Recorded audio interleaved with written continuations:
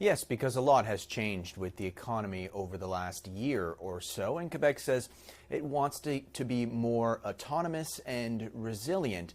This bill seems to be inspired by what Ottawa did with Bill C-5. In fact, this bill in Quebec uses the same number. It's called Bill 5. It's meant to accelerate authorization for major infrastructure projects. Finance Minister Éric Girard did not say which projects could be given the green light, but he did say we are talking about projects involving billions of dollars and not millions of dollars. Girard did face a lot of questions about the power that Bill 5 could give the government. The minister did mention it would allow Quebec to modify certain laws to accelerate the authorization process, but these projects will need to have major economic benefits for Quebec.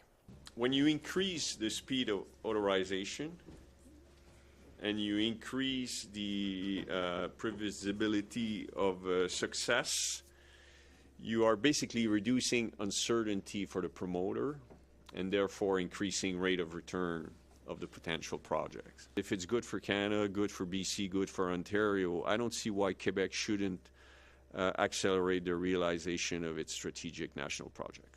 Opposition parties at the National Assembly have their share of concerns. They worry about the potential environmental impacts of Bill 5 and question if this bill will actually make a difference. We've already played in this movie. I was Bill 66 back in 2020, and see the results. Barely a third of the projects were, somewhat accelerated. In Ottawa right now, we have a government that tries to encourage oil exploitation, and this is very bad for the climate. And they want to make it easier to destroy the planet.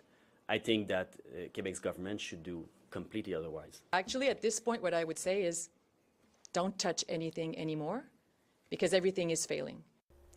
And given the potential size of these projects, the minister said Quebec will start with one project and then go from there.